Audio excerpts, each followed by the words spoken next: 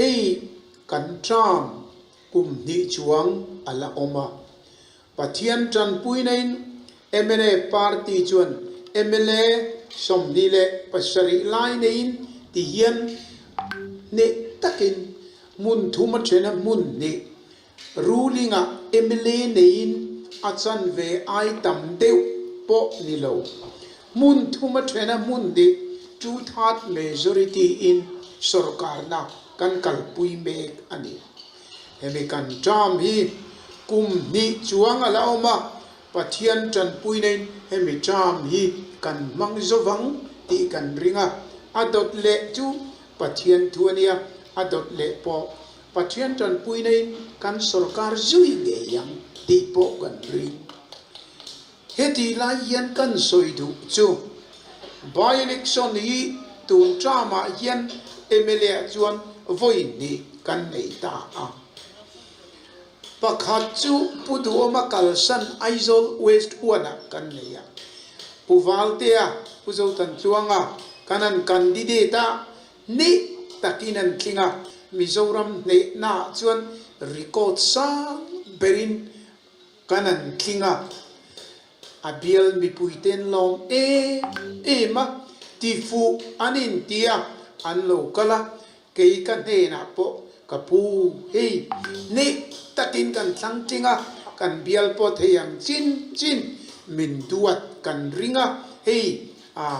lim takin kan mamo te ati theyang chin min ti sak turin kan ron soya nian tia an ron soya an lime ema an bial puvalte ne kan juk fanga ila yen project tiang o taini tiang o kan tia Aizawl West lama te pe chuan an college mun turte kei point ka sukal singe maya abiel tu pang mai kan ami puin nuwa man tiani tu ne kan chop chau ut ani by election panina share chi pa kanan nei lea ta chuan pudua ne takinan thing ve thunga ami pui te chu loma kut penga khatia ti tak thania amaro chu amma a kan campaign lai le kan campaign ma a share chief district ko pui kanan fan point an college ten hei kan mamo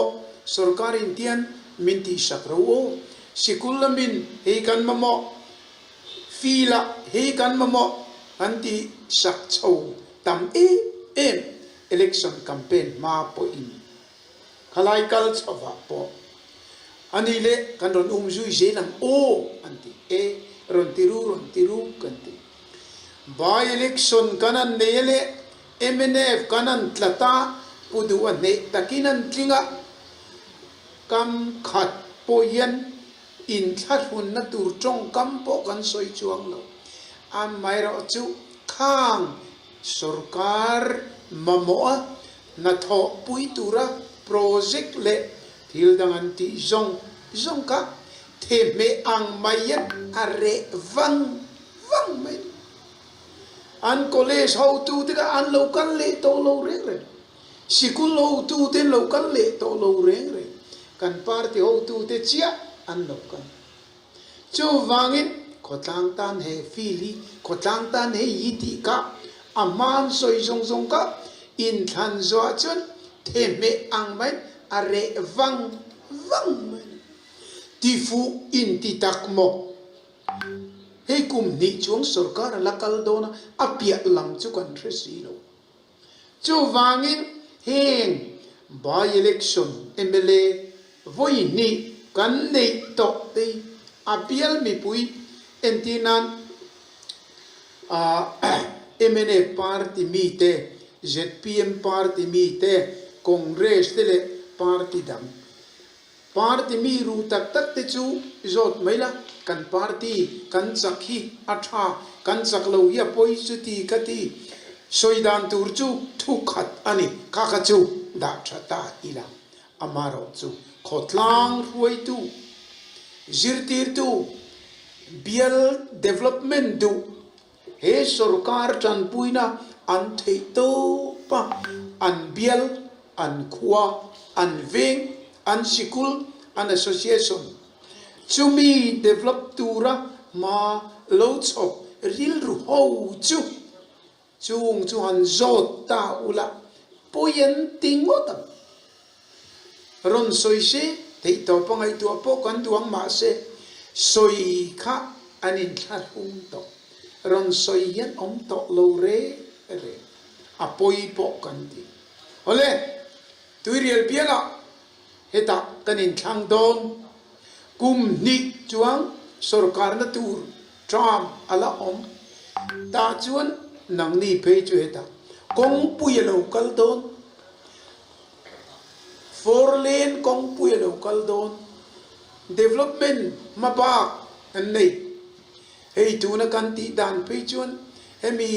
ron nai turin selesi ko na changin so ta dil sei bula ni akham rang bula akham rang ani thomo nia amun tak so kongpeng tur po lo chua vut to so ta aron kaldon ai zo la chungin 4 lane na kalanga sai ranga tien an ti do development na in tran don so ani chumi huna chun bial tu ruling MLA in nei hi aso tani tika in rechiang ngotam in dule by election na chak lo na ser chief neutral mi an zot ula enge anile by election na ruling party an chakna Aizawl West 1 an zot bokro akara lalutu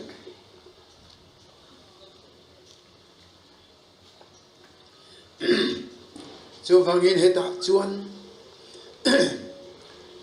ZPM party chuan Congress chuan MNF chuan kan party candidate chu uchok poni se ka votang kan tiang an tiang party chuan adikani amara chu khami pia lama kon pui khotlang ngai tua hemi pial ngai tua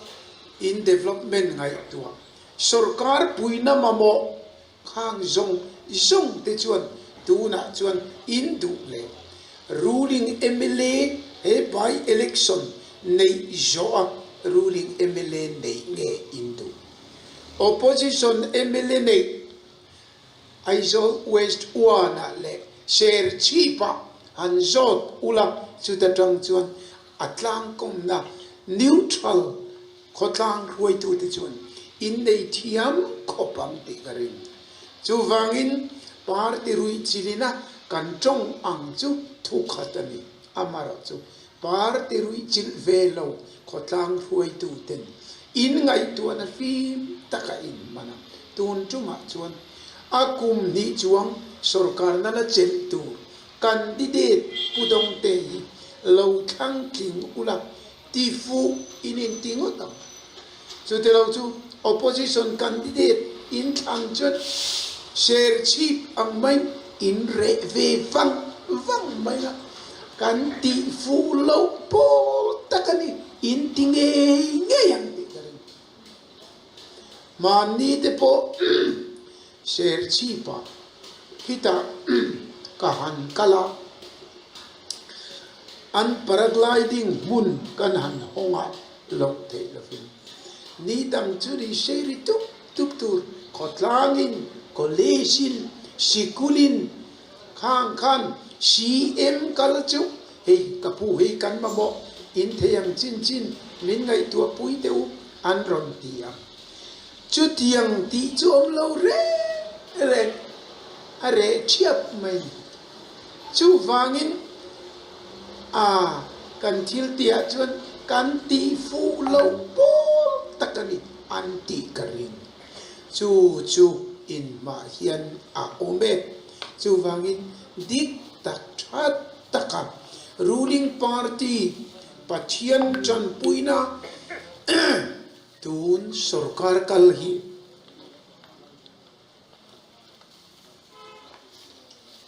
pathianin tha atia apek aniri tlat chumi chu trom pui zong in a thi chem zong yen ikal thiamang u khotlang ta na cha bial ta na cha veng ta na cha kha kha voina hian thutluk na fin ta in lo siam tu karon chaw an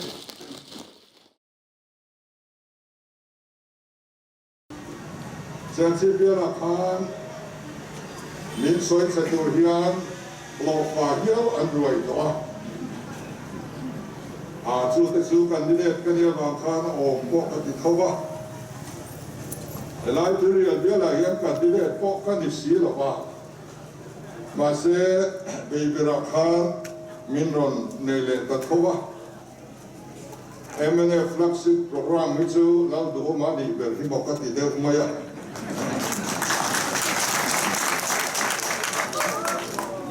West One he said bial hian chu ti min kan ok big lova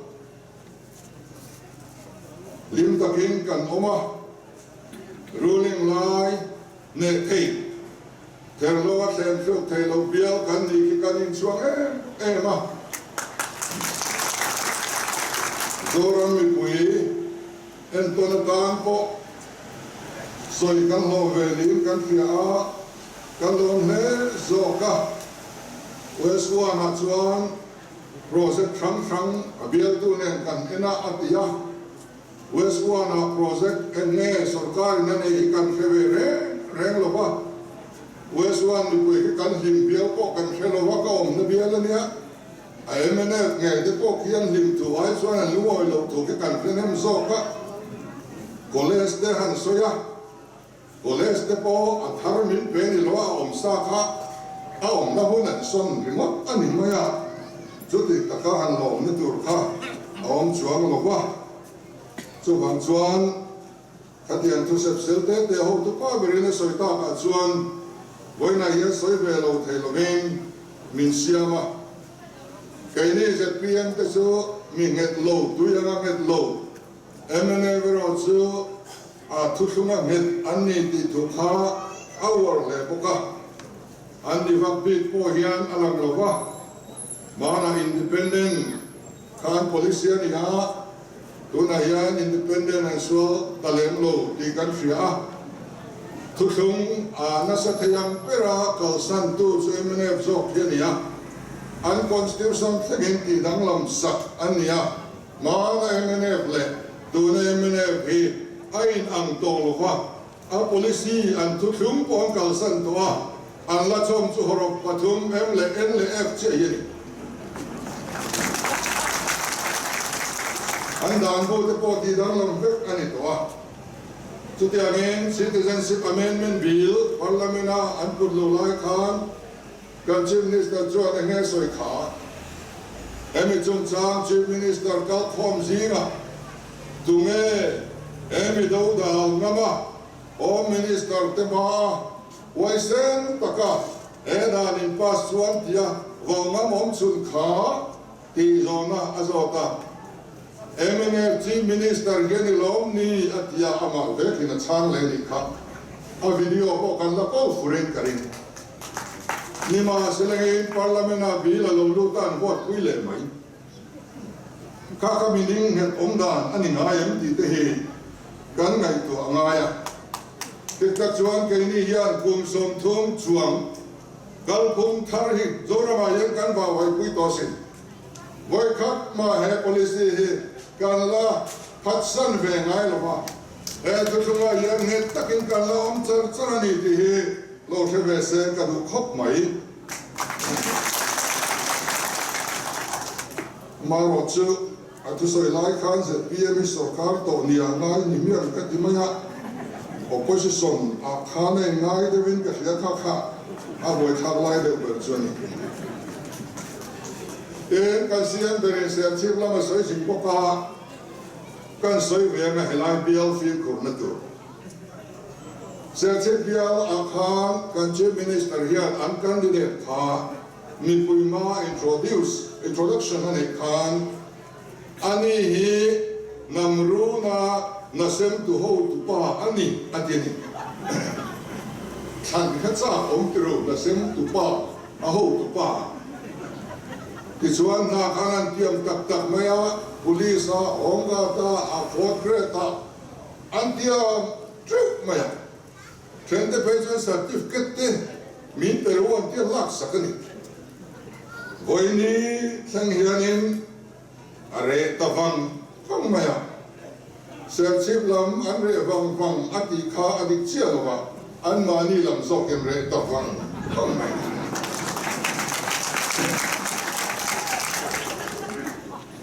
ấy cái soi nó số anh on ti về đón thật lâu phim của rồi bố mình đi nắm lấy thì cả lão anh ấy chúng ta housing for all anh xuống lấy unit right to te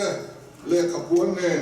mi na housing for all long to lease and siam ni are le fan phong mai ni tu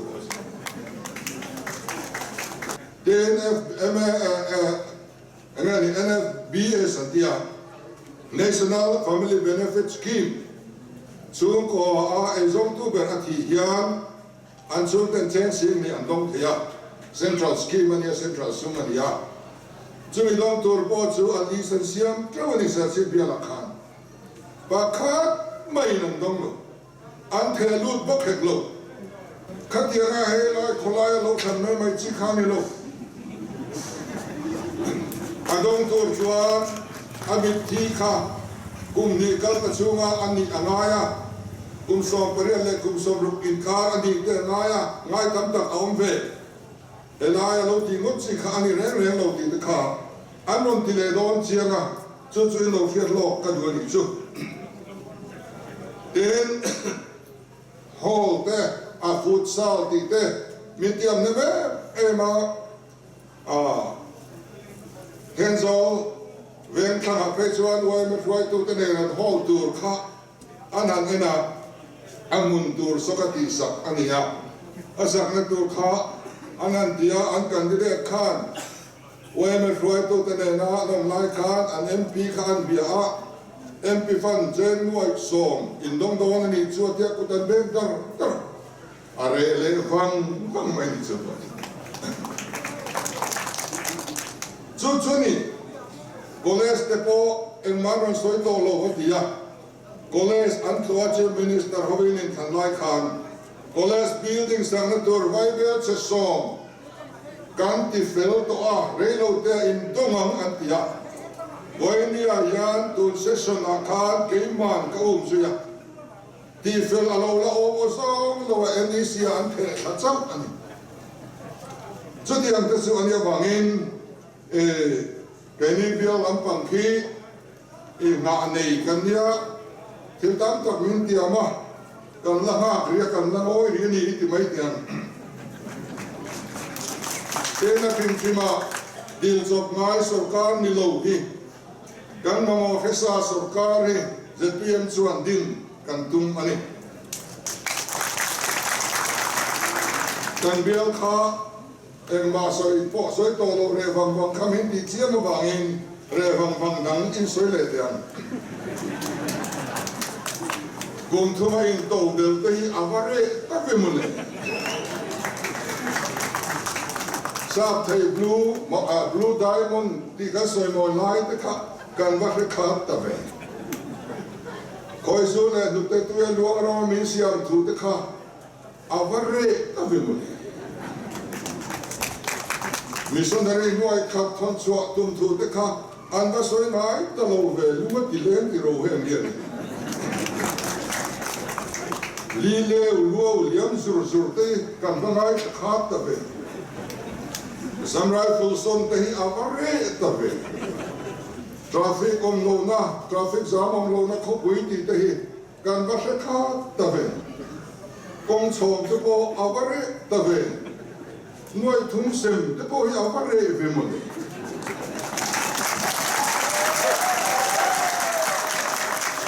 số vàng em ngồi vòng vòng Mr. Chief Bill Yelvin, Chief Minister đâu hiện đi rõ cái